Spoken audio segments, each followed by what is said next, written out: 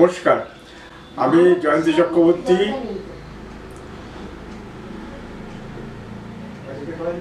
প্রিয় দর্শককে আমি আমার জীবনের অনেক সময় ব্যয় করে যে সম্পাদনার কাজগুলো করেছি আমার এই অঞ্চলের, সেই এবং জীবনের প্রান্ত সময় এসে যে করেছি সেই রচনাবলীগুলো আমি বাংলা সাহিত্য তথা পাঠকদের আমি উপহার দিতে চাই। সাহিত্যের উপরে ঝোঁক আমার প্রায় বাল্যকাল থেকেই। আজ আমি কিছু দিকপাল সংস্কৃতজ্ঞের রচনাবলী ছাপানো প্রসঙ্গে কিছু বলবো। আমি তখন রিটায়ারমেন্টের মুখে, অর্থাৎ 2002 সালে, আমি 2004 সালে রিটায়ার করেছি। আমার নজরে পড়লো আমারই মাতৃপুরুষ, এক মাতৃপুরুষের উপর। তিনি হলেন পণ্ডিত দ্বারকানাথ বিদ্যাভূষণ। আমি যার সম্পর্কে নাতির নাতি, তার লেখার খোঁজ করতে স্থানীয় তারই নামাঙ্কিত এক গ্রন্থাগারে গিয়ে হতাশ হলাম।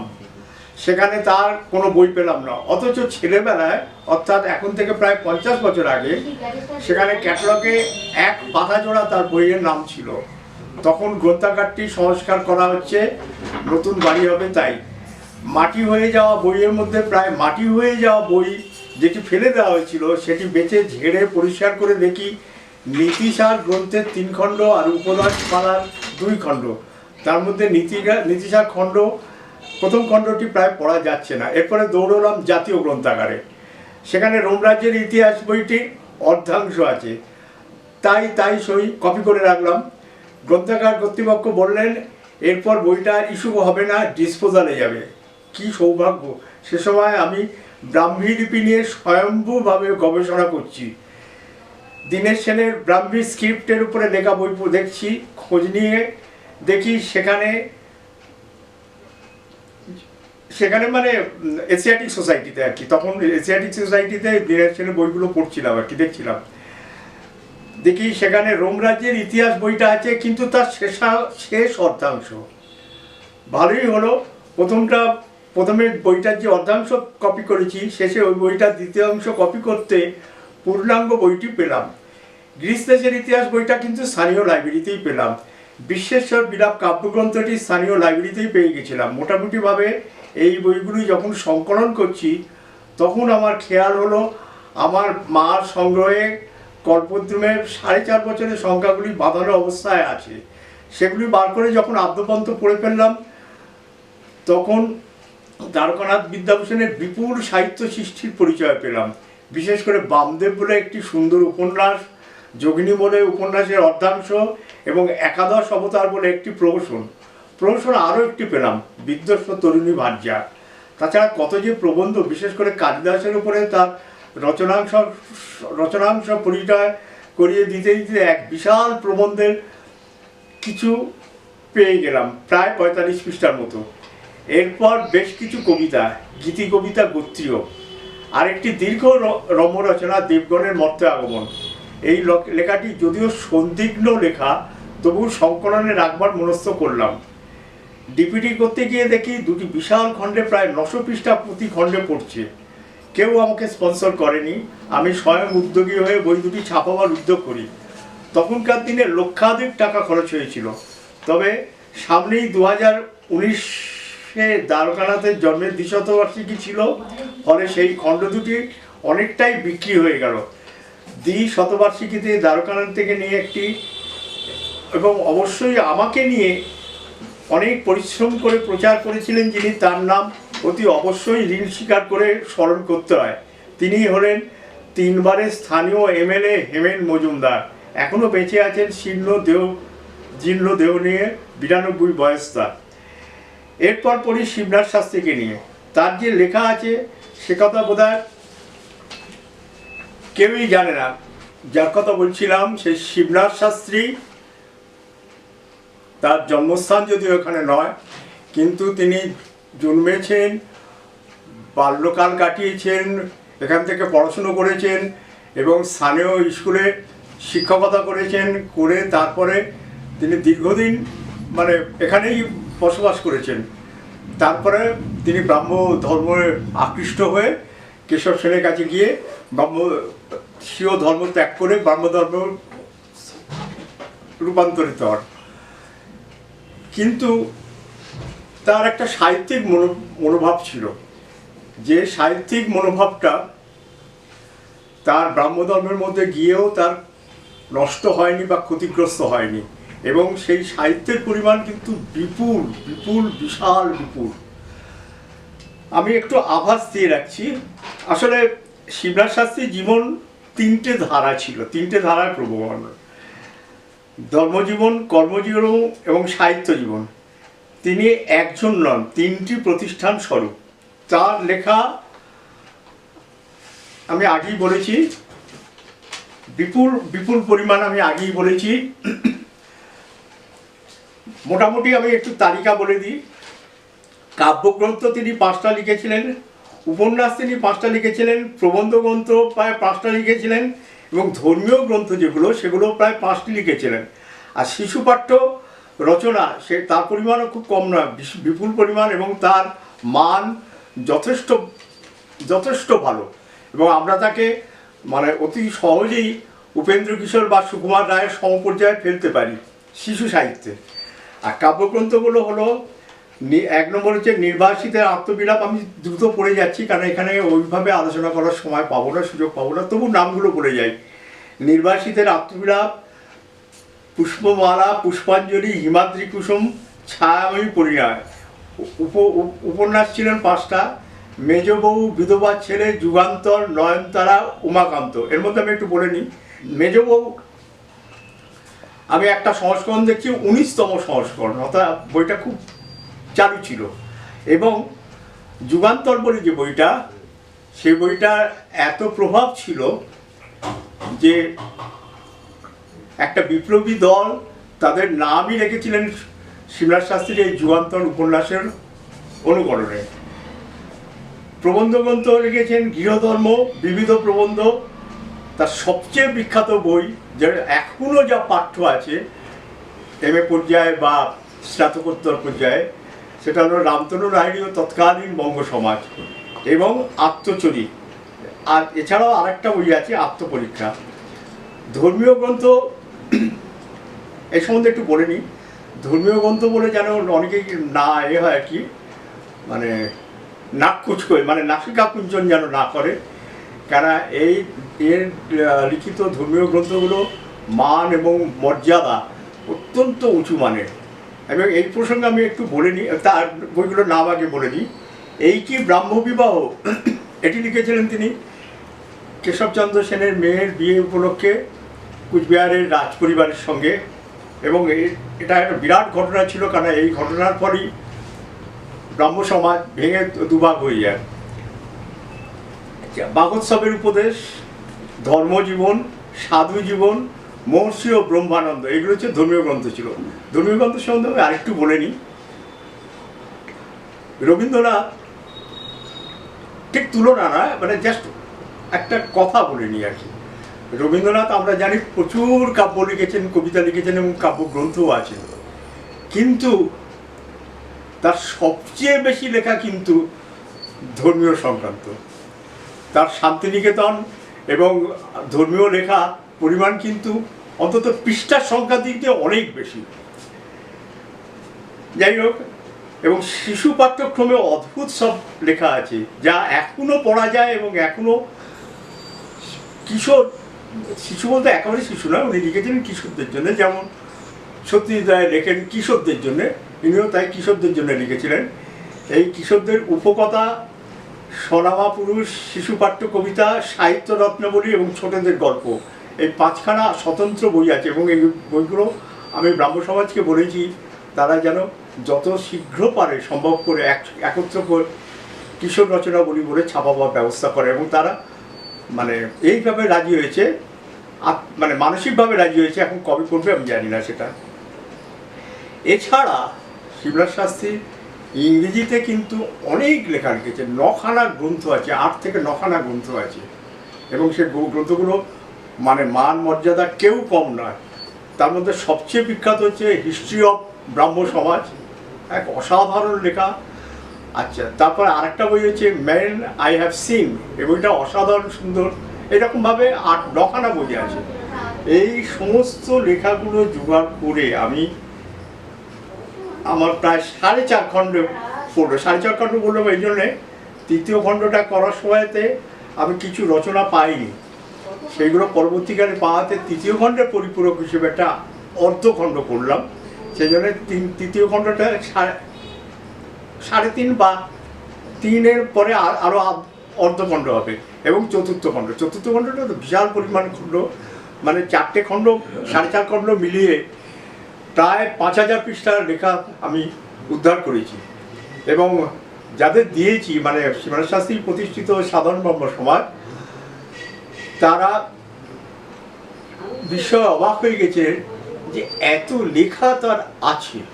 যাই হোক, এরপরে হচ্ছে শিবনাথ শাস্ত্রী সম্বন্ধে আমি বলে দিলাম। আমি এখানে কিন্তু সাহিত্যগুলো সমালোচনা করছি না, কারণ সে করতে গেলে অনেক সময় লেগে যাবে।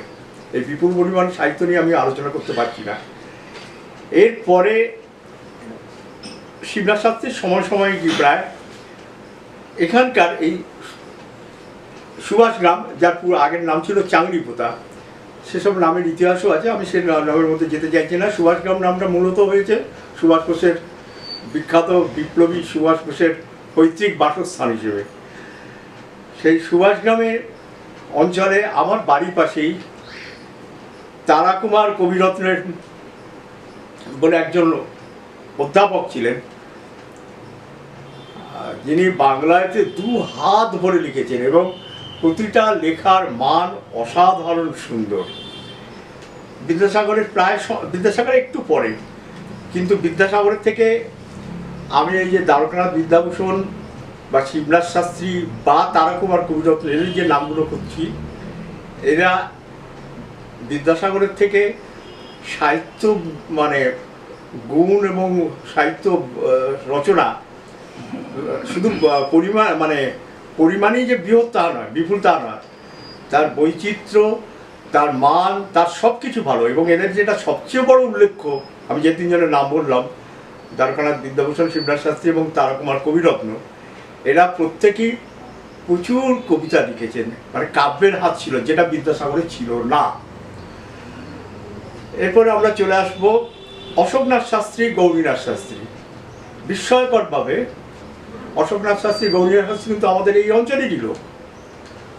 আপনারা যদি আমার বাড়ি থেকে যদি হরিনাবির দিকে যান, দেখবেন ঠিক মাঝামাঝি অঞ্চলে একটা রাস্তা, অটো রাস্তা যেটা দিয়ে যাচ্ছে এখন, সেই রাস্তার বেঁকে একটা বিরাট রাস্তার নাম করা হয়েছে অশোকনাথ শাস্ত্রীর নামে। তার কারণটা কি? অশোকনাথ শাস্ত্রী তার পিতা বা পিতামহের বাসস্থান ওই অঞ্চলেই ছিল, এবং এই জায়গাটার নাম আমরা এখন বলি ব্যাসালী পাড়া বলে। ব্যাসালী পাড়া একটা বিরাট অংশ। অশোকনাথ শাস্ত্রী পিতামহকে নবীনচন্দ্র ঘোষ, এখানকার বিখ্যাত জমিদার, ব্রহ্মোত্তর দান করেছিলেন তাকে এখানে মানে বসাবার জন্য, যাতে তিনি আনুষ্ঠানিক মানে জমিদার বাড়ির আনুষ্ঠানিক কাজকর্মগুলো, তিনি ক্রিয়াকর্মগুলো যদি করতে পারেন বলে। তাদেরই বংশে অশোকনাথ শাস্ত্রী, বিখ্যাত সংস্কৃতজ্ঞ অশোকনাথ শাস্ত্রী এবং গৌরীনাথ শাস্ত্রী। আমি তাদের প্রতি আকৃষ্ট হলাম তাদের লেখার পরিমাণ দেখে। অশোকনাথ শাস্ত্রীর লেখা তো অতি অদ্ভুত সুন্দর, এবং তার অত বড় সংস্কৃতজ্ঞ, কিন্তু তার একটা মৌলিক ছোট গল্পের বই আছে, স্বর্গে থিয়েটার বলতে, সেটাও অসাধারণ সুন্দর। এবং তার একটা উপন্যাসও আছে, জয়পাল জয়া জয়বতী বলে। আর গৌরীনাথ শাস্ত্রী, তিনি দুর্ধর্ষ পণ্ডিত, আমাদের একটা সৌভাগ্য, তিনি দীর্ঘায়ু ছিলেন, সারা জীবন তিনি অনেক লিখেছেন। অনেক লেখার জন্যে আমরা তার কাছে আমরা, যেহেতু তিনি সংস্কৃত নিয়েই কাজ কারবার করেছেন, অর্থাৎ এমনও হয়েছে আমাদের সংস্কৃত কলেজ, যেটা এখন বিশ্ববিদ্যালয় হয়ে গিয়েছে, কলেজ স্ট্রিটে, সেইখানে তিনি 2বার প্রিন্সিপাল হয়েছিলেন। তারপরে তাকে সম্পূর্ণানন্দ সংস্কৃত কলেজ বেনারসে, সেখানে তাকে স্বয়ং ইন্দিরা গান্ধী পত্র দিয়ে ডেকে পাঠিয়ে তাকে নিযুক্ত করেছিলেন, এবং সেখান থেকে উনি চলে যান নৈমিষারণ্যে একটি সংস্কৃত প্রতিষ্ঠা করতে। এবং সে শুধু প্রতিষ্ঠা নয়, সেখানে তিনি একটি জার্নালও বার করতেন, মানে একটা সর্বভারতীয় মনোভাব তার ছিল। ফলে বাংলায় মানে গল্প কবিতা এগুলো তিনি বেশি লিখতে পারেন। যেটুকুনি কিছু লিখেছেন প্রবন্ধ, তার মধ্যে বিখ্যাত লেখা হচ্ছে কণভুং মণি, মানে কণা, কণাদের বৈশেষিক দর্শনের উপরে লেখা একটা ভাষ্য ছিল উদয়নাচার্যের লেখা কিরণাবলী। সেইটা তিনি বাংলা অনুবাদ করেছেন, এবং বাংলা অনুবাদটা করার জন্যেই আমরা বইটা মোটামুটি এখন পড়তে পারি, নয়তো আমরা পড়তে পারতাম না। আর তার বিখ্যাত লেখা, যেটা এখন অত্যন্ত দুষ্প্রাপ্য এবং পাওয়া যায় না, এবং যেটা আমাকে অনেকখানি দিগদর্শন করেছে, সেটা হচ্ছে সংস্কৃত সাহিত্যের ইতিহাস, বাংলায় লেখা। এই সংস্কৃত সাহিত্যের ইতিহাস পড়তে গিয়ে আমি একটা বিস্ময়করভাবে লক্ষ্য করলাম, ভারতবর্ষের লেখমালা অনেক জায়গায় তো আবিষ্কার হয়েছে, সমুদ্রগুপ্ত, তারপরে এর লেখমালা কি বলে অশোক, সম্রাট অশোকের সময় অত ব্রাহ্মী লিপি সব লেখমালা, এগুলো পাঠোদ্ধারও হয়েছে। এবং এই পাঠোদ্ধারের মধ্যে তিনি সমুদ্রগুপ্তের একটা লেখমালা, যেটা এলাহাবাদ সঙ্গমের মুখে যে ফোর্টটা আছে, ফোর্টের মুখে সেটা আছে, বিরাট প্রস্তরের লেখা, 32 লাইনের লেখা একটা। সেই 32 লাইনের লেখাতে হরিসেন বলে একজন সংস্কৃতজ্ঞ লেখা লিখেছিলেন। আমরা এমনি পড়েছি এবং পাঠোদ্ধারও পড়েছি, কিন্তু ভাবতে পারিনি সে হরিসেনের সেই লেখাটার মধ্যে এত সাহিত্য গুণান্বিত আছে, সেইটা এত সাহিত্য গুণসম্পন্ন ছিল আর কি। সেইটা কিন্তু গৌরীনাথ শাস্ত্রী উল্লেখ করেছেন এবং ব্যাখ্যা করেছেন, যার জন্যে আমি মানে ওইটুখানি লেখার জন্য আমি এই সংস্কৃত সাহিত্যের ইতিহাসটা আমার কাছে একটা ভীষণ দলিল হয়ে গেল। আচ্ছা, এরপরে অশোকনাথ শাস্ত্রী, গৌরীনাথ শাস্ত্রীর পর আমরা চলে যাব, আপনারা যেটা যদি হরিনাবির দিক দিয়ে এসে থাকেন, হরিনাবির মোড়টা থেকে একটা জায়গা আছে এমএন রায় রোড। এই এমএন রায়, যদি আমি আজকে সাহিত্য নিয়ে আলোচনা করছি বলে তার সম্বন্ধে কিছু আলোচনা করতে চাই না। এই এমএন রায় আপনারা জানেন, বিখ্যাত বিপ্লবী, তার মূল নাম ছিল নরেন্দ্রনাথ ভট্টাচার্য। তিনি এই অঞ্চলেরই লোক, এই স্কুলেই পড়েছেন, এবং পরবর্তীকালে বিপ্লবের এতে তিনি আস্তে আস্তে বেরিয়ে গিয়ে আমেরিকায় চলে গিয়েছিলেন। যাই হোক, আমি তার কথা এখন উল্লেখ করতে চাইছি না, কেন সেটা হচ্ছে বিপ্লববাদের যে দুজন বিখ্যাত লোক, অর্থাৎ নেতাজি সুভাষচন্দ্র বসু এবং এমএন রায়, যাদের আন্তর্জাতিক ক্ষেত্রে নাম আছে। কারণ আমি কিছুদিন আগেও দেখলাম মেক্সিকো সিটিতে একটা ক্লাব ওরা উদ্ধার করেছে, তাতে লেখা রয়েছে এমএন রায় হল। মানে তার এইরকম ধরনের পরিচিত ছিল আর কি। তিনটে, আপনাদের একটু সংক্ষেপে জানিয়ে দিই, তিনটে দেশের স্বাধীনতার জন্যে এমএন রায় প্রত্যক্ষভাবে যুক্ত ছিল। একটা হচ্ছে রাশিয়া, এক হচ্ছে মেক্সিকো, আর একটা হচ্ছে ভেনেজুয়েলা। দেখে আজকের তো সব, আমরা তো বিস্মিত জাতি, আজকের সে কেউ মনেও রাখে না। সেই এমএন রায় রোড ধরে আমরা যদি রাজপুরের দিকে যাই, সামান্য একটুখানি 1 কিলোমিটার গেলেই একটা মোড় পড়বে, সেটাকে বলা হয় বাঁশতলা। বাঁশতলার মোড়ে একজন বিখ্যাত লোক এবং লেখক, তিনি হচ্ছেন গিরিশচন্দ্র বিদ্যারত্ন। তার যে এত লেখা আছে, এত আছে, আমরা কেউ কিচ্ছু জানি না। যাই হোক, বেশ কিছু লেখা আমি উদ্ধার করলাম, করে তার লেখাও আমি বার করলাম। এই গিরিশচন্দ্র বিদ্যারত্ন সম্বন্ধে একটু বলে নিই। গিরিশচন্দ্র বিদ্যারত্ন এর নামে কলকাতার 3টে রাস্তার নাম আছে।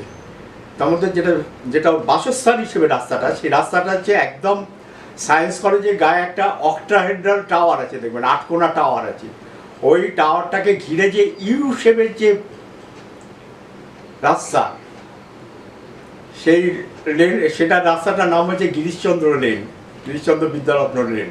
এবং সেখানে এখন তাদেরই সব পরবর্তী পুরুষেরা সব থাকে নাকি। আর গিরিশচন্দ্র বিদ্যারত্নের মধ্যে আরেকটু বলে নিই, মানে সাহিত্যকৃতি বাদ দিয়ে, সেটা হচ্ছে মণিকর্ণিকা ঘাটে, বেনারসে মণিকর্ণিকা ঘাটে গঙ্গার ধারে ঈশান কোণে উনি একটি মূর্তি স্থাপন করেছিলেন। গিরিশেশ্বর, ওর নামই মিলিয়ে আর কি করেছিলেন, সেটাকে এখন বলা হয় গিরিশেশ্বর লিঙ্গ।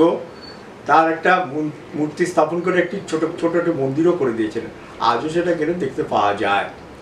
আচ্ছা, এরপরে আমি চলে আসছি এই গিরিশচন্দ্র বিদ্যাসাগরের পরে এই অঞ্চলেতে কিন্তু পণ্ডিত লোকের খুব কম হয়নি। পণ্ডিত লোক আরও জন্মেছেন, যেমন আমি এক হাতের সামনে দেখে বলতে পারি মতিলাল ভট্টাচার্য, ইনিও বিখ্যাত পণ্ডিত ছিলেন, এত বড় পণ্ডিত ছিলেন এবং এত ভালোভাবে পরীক্ষা উত্তীর্ণ হয়েছিলেন। সেই সুদূর 1928 সালে আগ্রাতে যখন কলেজ প্রতিষ্ঠা হলো, তখন ইউনিভার্সিটি হয়নি, কলেজ, আগ্রা কলেজে তাকে এখান থেকে ডেকে নিয়ে পাঠিয়ে তাকে অধ্যক্ষ করেছিলেন এবং তিনি ওখানে দীর্ঘদিন ছিলেন এবং পড়িয়েছিলেন। এইসব অঞ্চলের লোকেদের এরকম অনেক অবদান আছে যারা এখন কেউ খেয়াল করতে পারবে না। যেমন হচ্ছে গিরিশচন্দ্র বিদ্যারত্নের একজন ছেলে হচ্ছে হরিশ্চন্দ্র কবিরত্ন, বড় ছেলে, তিনি সংস্কৃতে বিখ্যাত পণ্ডিত ছিলেন এবং প্রেসিডেন্সির সংস্কৃতের রিডার ছিলেন, তার লেখা বইও আছে। তার মেজ ছেলে, আমি বিশেষভাবে নাম করতে চাই, তার মেজ ছেলে শ্রীনাথ বিদ্যানিধি, তিনি বিদ্যানিধি উপাধি পেয়েছিলেন। তিনি তিনি ডাক্তার ছিলেন মানে এমবি পাস করা ডাক্তার ছিলেন। তিনি চলে যান রাজস্থানের রাজপরিবারের সভা ডাক্তারি করতে। সেই ডাক্তারি করতে গিয়ে তিনি সেখানে বসবাস করেন এবং আপনারা শুনলে অবাক হয়ে যাবেন, যখন সংস্কৃত কলেজের অধ্যাপকেরা 150 টাকা কি 170 টাকা এরকম মাইনে পেতেন, তখন তিনি রাজস্থানে 1000 টাকা মাইনে পেতেন এবং তার সঙ্গে 5 তলা একটা মহলা বাড়ি পেয়েছিলেন, 5 তলা, এবং দাসী ছিল। তার চেয়েও বড় কথা হচ্ছে কি, তার খাবার দাবারের জন্য কোনো ব্যবস্থা করতে হতো না। সে খাবারের তখন ওরা সিদে বলতো, সেই সিদে যেত রাজবাড়ি থেকে। এইরকম অবস্থার মধ্যে দিয়ে কাটানোর ফলে তিনি মোটামুটি তখনকার দিনে একটি ধনবান ব্যক্তি হয়ে গেছিলেন এবং তিনি মাঝে মাঝে আসছেন গ্রামে এসে তিনি একটি স্কুল প্রতিষ্ঠা করেছিলেন। তার নাম হচ্ছে, এখন বলে বাংলা স্কুল, কিন্তু মূলত নাম হচ্ছে রাজপুর বিদ্যানিধি স্কুল। সেই স্কুলটা তিনি প্রতিষ্ঠা করেছিলেন শুধু সেই 1869 খ্রিস্টাব্দে। আর তার 3 বছর আগে হরিনাবিতে স্কুল, আপনারা যদি আসার পথে দেখবেন হরিনাবি স্কুলে এটা মিউনিসিপ্যালিটির গায়ে লাল ইট রঙের বাড়ি স্কুলটা। এইটা করেছিলেন দ্বারকানাথ বিদ্যাভূষণ 1866 খ্রিস্টাব্দে। কি সব সমাপতন চিন্তা করতে, ওই 1866 সালেই হরিনাবিতে 2টো যমজ প্রতিষ্ঠান আছে, একটা হচ্ছে স্কুল আর একটা হচ্ছে ব্রাহ্ম সমাজ। এই ব্রাহ্ম সমাজটা প্রতিষ্ঠা করেছিলেন শিবনাথ শাস্ত্রী এবং উমেশচন্দ্র দত্ত কিন্তু এই হরিনাবি স্কুলের প্রধান শিক্ষক হয়ে কিছুদিন কাজ করেছেন। তার পরবর্তীকালে তিনি চলে যান এটা প্রতিষ্ঠা হতে, স্কুলটা প্রতিষ্ঠা হতে তিনি সিটি স্কুলে অধ্যক্ষ হয়ে চলে যান এবং আর যতদিন বেঁচে ছিলেন সিটি স্কুলের অধ্যক্ষ ছিলেন উমেশচন্দ্র দত্ত। তারও বাড়ি জয়নগর মজিলপুরে মানে শিবনাথ শাস্ত্রী হতো, কিন্তু আমরা ক্লেম করতে পারি আমাদের এখানকার লোক করে, কেননা তিনি দ্বারকানাথ বিদ্যাভূষণের বাড়িতে থেকেছেন, স্কুলে পড়িয়েছেন দীর্ঘদিন। আচ্ছা, এইবার আমি আমার একটা দুঃখের কথা বলবো না, আমার একটা মানে অপবাদের কথা বলবো। সেই অপবাদটা হচ্ছে, আমি এইসব লেখকদের নিয়ে যখন কাজ করছিলাম, তার অনেক পরে মানে সম্প্রতি বছর 2 হলো একটি লেখকের নামের সন্ধান পাই। তিনি হলেন রামচন্দ্র তর্কালঙ্কার, 200 বছর আগের লোক। এবং সর্বত যখন খোঁজ করতে গেলাম তখন দেখলাম ও অঞ্চলে বা এই অঞ্চলে কোথাও কেউ কিচ্ছু জানে না। আমার জানার সূত্র হচ্ছে একটুখানি, সেটা হচ্ছে আমাদের সৌভাগ্য ব্রজেন বন্দ্যোপাধ্যায় মহা গবেষক ছিলেন, কোনো সন্দেহ নেই। তিনি সাহিত্য সাধক চরিতমালাতে প্রায় 150 থেকে 250 জন সাহিত্যিকের নামের উল্লেখ করেছিলেন। তার মধ্যে একজন হচ্ছে এই রামচন্দ্র তর্কালঙ্কার। সেইটা পড়ছি ঠিক আছে, কিন্তু খোঁজ করতে গিয়ে দেখি 1-2 বই আমি বঙ্গীয় সাহিত্য পরিষদ পেয়ে গেলাম। সেই বইগুলো পেয়ে আমার ভীষণ রকমভাবে চমক ভাবলো। তার কারণ হচ্ছে তার একটা অনুবাদ পেলাম শঙ্করাচার্যের আনন্দলহরী বলে একটা বিখ্যাত কাব্য আছে, তার অনুবাদ করেছেন এবং সেই অনুবাদটা তিনি করেছেন গদ্যে, এবং তার তারিখ হচ্ছে 1819 সাল। তার মানে 200 বছরেরও বেশি, 206 বছর আগে বাংলা গদ্যের নমুনা আমি পেলাম। যে বাংলা গদ্যের নমুনার জন্য আমাদের উইলিয়াম কেরির কাছে হাত পাততে হয়, যে জন্য আমাদের গদ্যের জন্য আর কি মানে বিভিন্ন রামমোহন রায়ের কাছে হাত পাততে হয়, সেই সময়কার গদ্য পেয়ে আমি মানে মুগ্ধ হয়ে গেলাম। একটু ক্লিষ্ট ভাষা, কিন্তু বাংলা যখন ছাপাখানা বেরিয়েছে, ছাপাখানা তো এই আমাদের দেশে এসেছে মানে প্রধানত উইলিয়াম কেরির উদ্যোগে, এবং তিনিই তাতে প্রথম থেকে অনেক ধর্মীয় পুস্তক ছাপাতেন। তারপরে উনি যে বইটা ছাপিয়েছিলেন সেটা একটা অসাধারণ লেখা, যদিও সাবলীল লেখা নয়, কিন্তু তবু অসাধারণ লেখা, ইতিহাসমালা। এই ইতিহাসমালা থেকে প্রায় সমসাময়িক ইতিহাসমালা লিখেছেন বোধহয় 1812 সালে, আর উনি এটা লিখেছেন 1819 সালে, এই অনুবাদটা করেছিলেন। সেইটা পেয়ে আমি মুগ্ধ হয়ে গেলাম। তারপরে আমি একটা কাব্য পড়লাম, অক্রুর সংবাদ বলে, অসাধারণ সুন্দর কাব্য। মানে কি বলবো, মানে ওই সময় যে ওরকম কাব্যটা লেখা যেতে পারে, আমি পড়েছি বাসব দত্তা পড়েছি মদন মোহন তর্কালঙ্কারে, তার থেকে অনেক বেশি সুন্দর।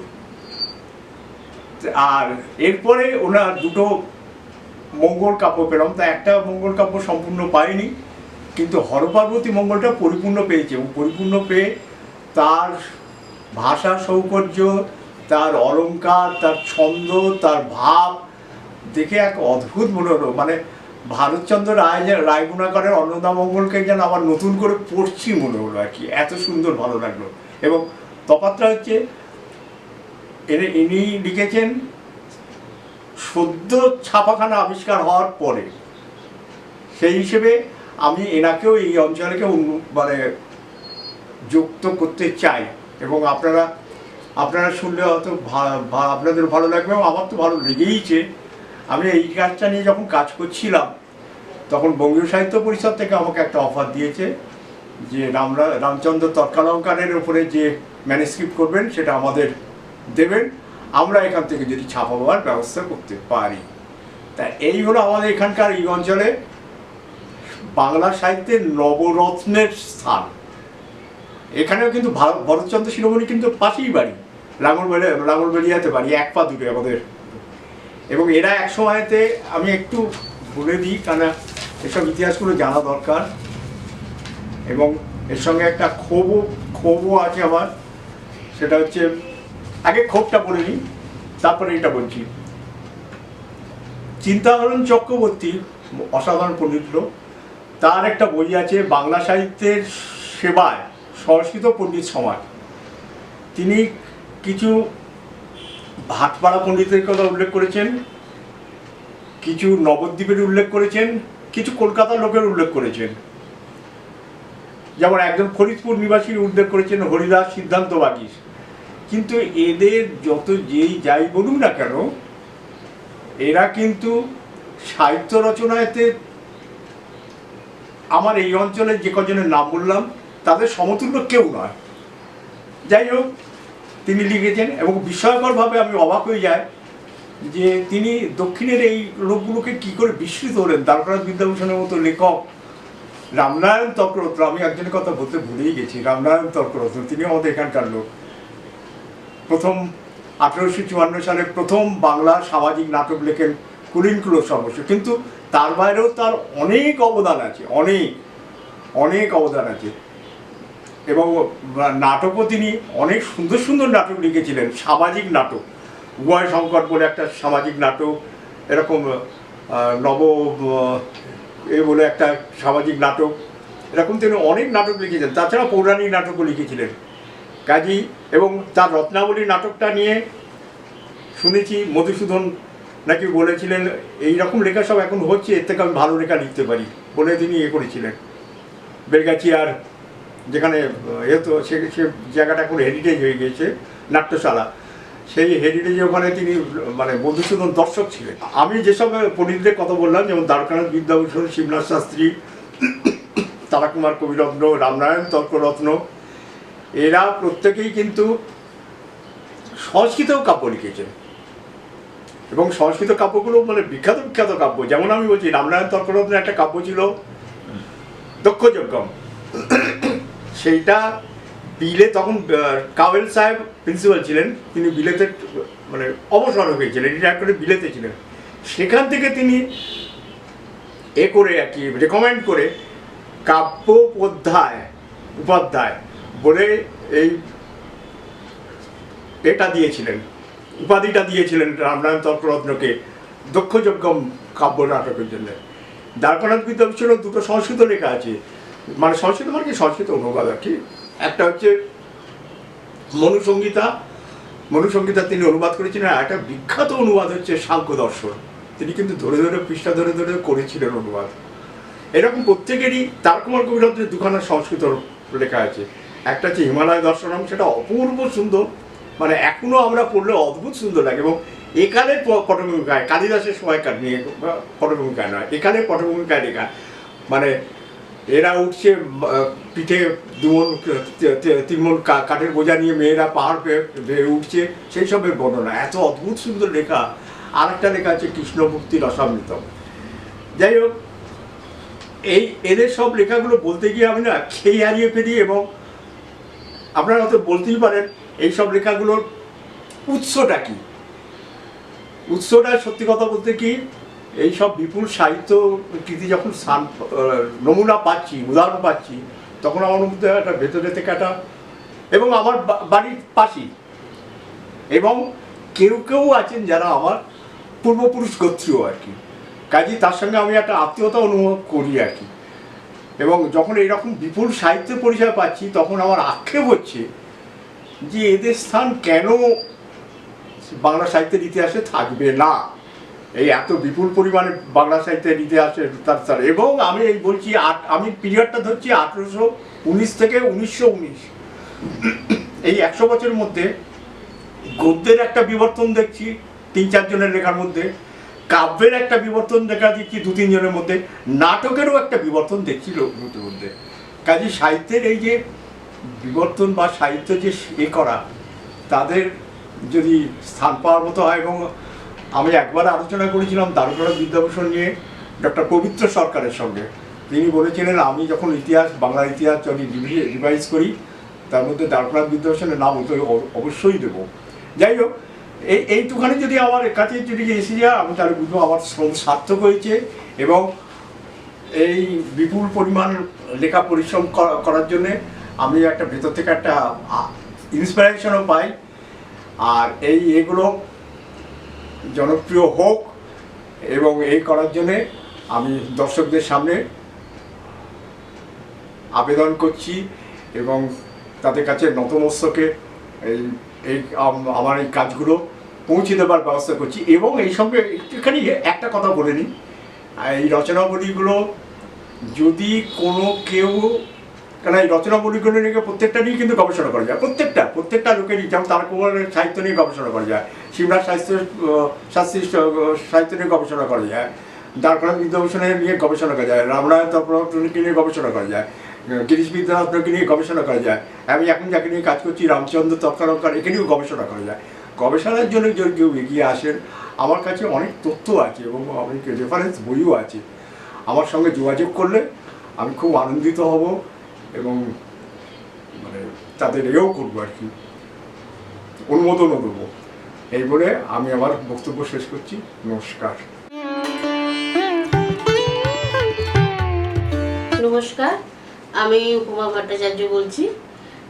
এই দাদার সাথে সংস্পর্শে এসে আমি অনেক কিছু শিখেছি, বুঝতে শিখেছি। এবং দাদার সহযোগিতায়, দাদার যে এত পরিচিতি, দাদার যে গ্রামের যে এত তার মানে প্রাধান্য আছে, উনি তা কাউকে বুঝতে দিতেন না। সবার আলোকে উনি সব কাজ করতেন। ওনার অনেক গুণী মানুষের সাথে ওনার যে পরিচিতি আছে, সেই সমস্ত মানুষের সাথে যে ওনার যোগাযোগ আছে আমরা সেটা অনেকেই জানতাম না, বা আপনারাও জানতেন না। আজকে দাদাকে সবার সামনে এনে, বা আমারও যে ইচ্ছেটা ছিল যে উনি সবার সাথে পরিচিতি হন, অনেক গুণী মানুষের সাথে ওনার যোগাযোগ আছে, উনি নিজেও একজন খুব গুণী মানুষ, ওনার সংস্পর্শে এসে আমি নিজেকে খুব ধন্য মনে করছি।